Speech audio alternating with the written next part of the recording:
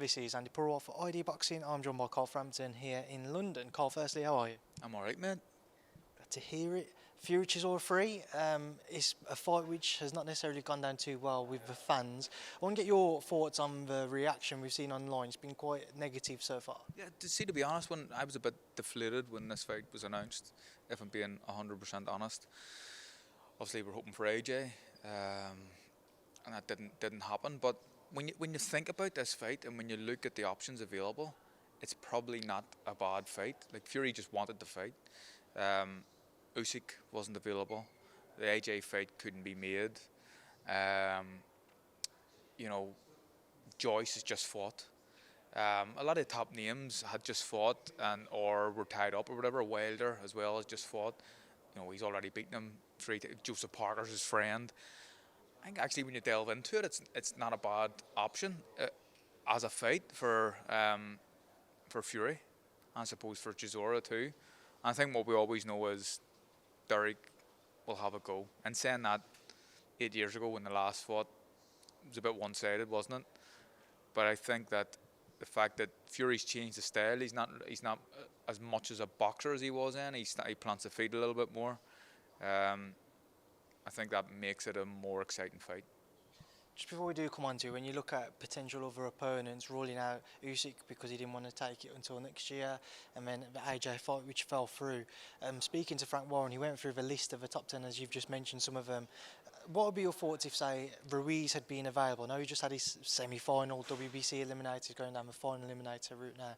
But then also Joe Joyce said if the fight could have been pushed a couple of weeks, this was about a month or so ago, he'd have been happy to face Tyson. Do you think, say, later on in the year, a couple of weeks further on, it would have been better to try to push for, say, a Joe Joyce or maybe a Andy Ruiz Jr.? Maybe, but I don't know the ins and outs of how everything goes on and the contracts and everything else behind it. But another couple of weeks and you're very close to Christmas then as well for Joe Joyce. It was actually me who suggested, Fury and AJ doesn't get over the line.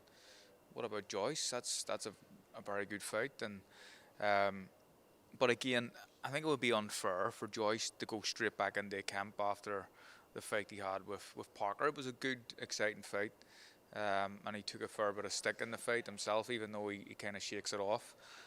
Ruiz would have been a good option. I suppose Ruiz would have been a better option than Chisora, but what I'm hearing is it couldn't be made with Ruiz. So Chisora's I think it's initially after my reaction of disappointment, I think it's not a bad option, all things considering.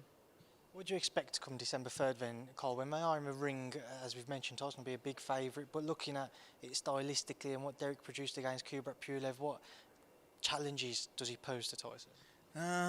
Well, look, he's going to be aggressive. He's going to come forward and try and get close. But whether Tyson allows him to do that or not, that's a different story. And Tyson's a bigger man. He's very clever at putting his weight on people, especially shorter guys, and pushing them down. And it's real energy-consuming stuff.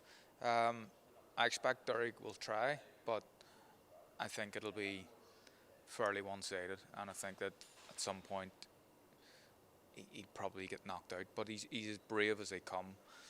Just speaking to him there not that long ago, I don't think he's afraid of anything, this guy.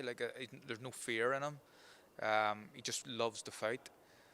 And that alone makes it exciting enough. But I just think that, cliche, isn't it, levels, but he's a level above.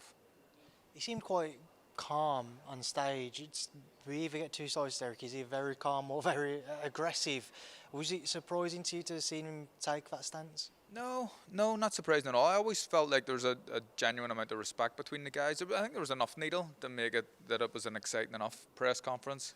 A little bit of needle between Frank Warren and Derek, I suppose. It was, I enjoyed that press conference, but I didn't expect it to be a mad one. We've seen Derek involved in mad press conferences before. We've seen Tyson involved in mad press conferences, but I always felt like there's a fair amount of respect between both guys, and I wasn't expecting anything mental in there. You and Josh Warrington had a great deal of respect into your fight, Carl. When you look at it like this, the third time around, Derek and Tyson both have what seems to be, on the face of it, a very good deal of respect.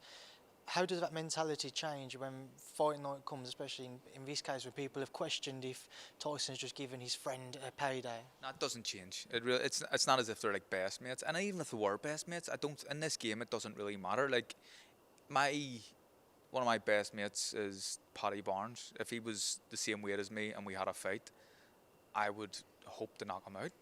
I probably would knock him out. I still think I'd knock him out, and I can't fight anymore.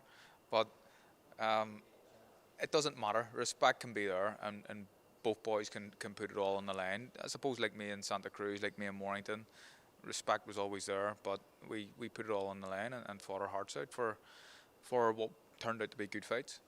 Thoughts on a couple of quick things before I let you go? Is that John Ryder announced a very good fight? I think it's a good fight. I think it's a better fight stylistically than the Andrade fight for Parker. I've got a soft spot for John Ryder. I just like his style. He doesn't say much. He's not arrogant. He just gets on with things. And I like Zach Parker. He's a big lump of a super middleweight. I think it's a good fight. It's a good fight. I think Parker's probably the favourite in the fight, but look at John Ryder done and pushed Callum Smith reasonably close. A lot of people thought he beat him only a few years ago. So good fight. Looking forward to that one. There's talks of a potential comeback for Kell Brook at the minute, Cole.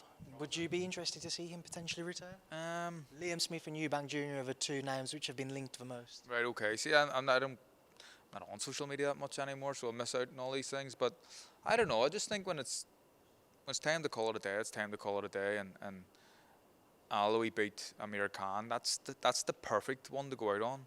A grudge rivalry. Go out on a win, and I'm sure he got paid a lot of money for that fight. Some people just like Tyson feels like he has to fight. It's what he lives for. He lives for boxing. Maybe Kell Brook's similar. I'm not, so I don't really know. But my advice would be: you've had an amazing career. You finished it off with a fantastic win. That should be enough. Right, Carl, I'll leave you now to obviously get ready for the face-off you're about to do between the two big men. But I appreciate your time. Thanks for speaking to me in ID Boxing. Thank you.